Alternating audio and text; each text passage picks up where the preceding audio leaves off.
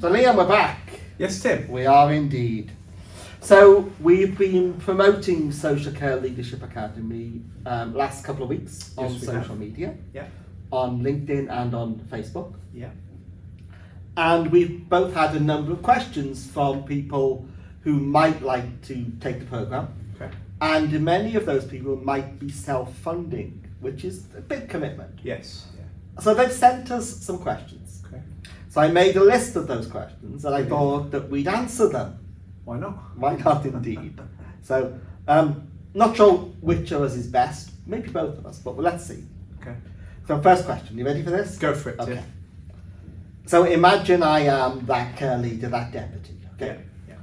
How will completing an SCLA program help my career progression? Okay, great question.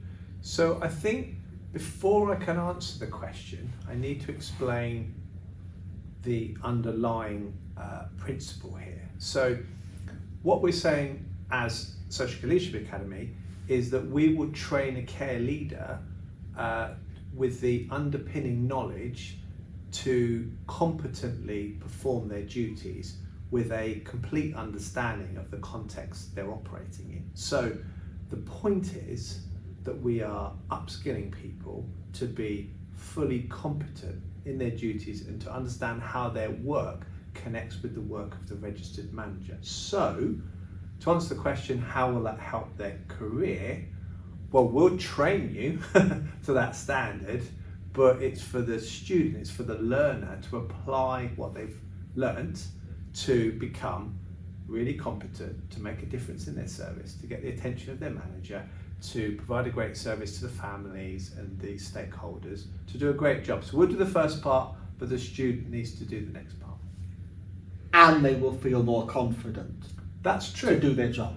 That's true. I mean, certainly when we did our original research about a year ago with 50 care leaders, there was a proportion that said that inadvertently they were being given duties to perform where they didn't fully understand what they were doing, and that caused them to feel not confident. And there are many that don't feel confident in their current role. Yes. And if you don't have that solid foundation, how can you progress? Yeah. Well, and also, and as you said, also when you're going home at night, feel that you've done a good job, that you haven't done anything wrong, that you haven't breached any regulations or provided substandard care, essentially. Another question that we need to address. Okay. Why are there 4 levels to the Social Care Leadership Academy program? Excellent question. It's partly my fault and partly yours. But where this comes from was the series of planning conversations that it was you, it was me and one other collaborator.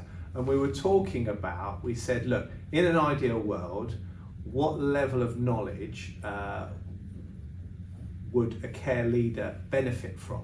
And we were talking about different levels, but what we agreed on was to train them to the standard of the registered manager. And the reason for that was that there is only one set of good practice. There is only one set of applicable regulations, health and safety, compliance. There is just what is required. So we think that the leaders under the registered manager should be trained to understand how their role fits in the context of running the service. And therefore, we came up with 50 subjects. I remember the flip chart. But it wasn't just one flip chart page, was it? It was many flip chart pages stuck together. It was, and we argued, debated, 50 modules, that's a hell of a lot. Other courses are 30 and various things. But what we said is, do care leaders, say for example, the registered manager was off, the care leader was deputising and stepping in. Do they need to know all those 50 subjects? And we agreed, well, they do. So we said, well, to hell with what's out there, to hell with those precedents, let's not compromise on this. So 50 subjects, 50 modules, and therefore we split it into 4 because we think that's a manageable amount. And also it gives people time to pause, consolidate their learning, apply the learning, and then move to the next one. So for us, because our intention is to embed knowledge, not just pass a course, we actually would recommend people don't cram study it. They actually do it, pause, apply it, and then when they're ready, go to the next level. And that's a methodology that we've used for the delivery of the training. Right. Because when we created the training, as part of it, we do tell people to pause, to make some notes, to reflect, and come back to it. Got you, And we tell people to rewind, and go through that part again. Right. Because we want people to actually think about how it affects them and their practice. Yes, very much so. Impact. Yeah, absolutely so.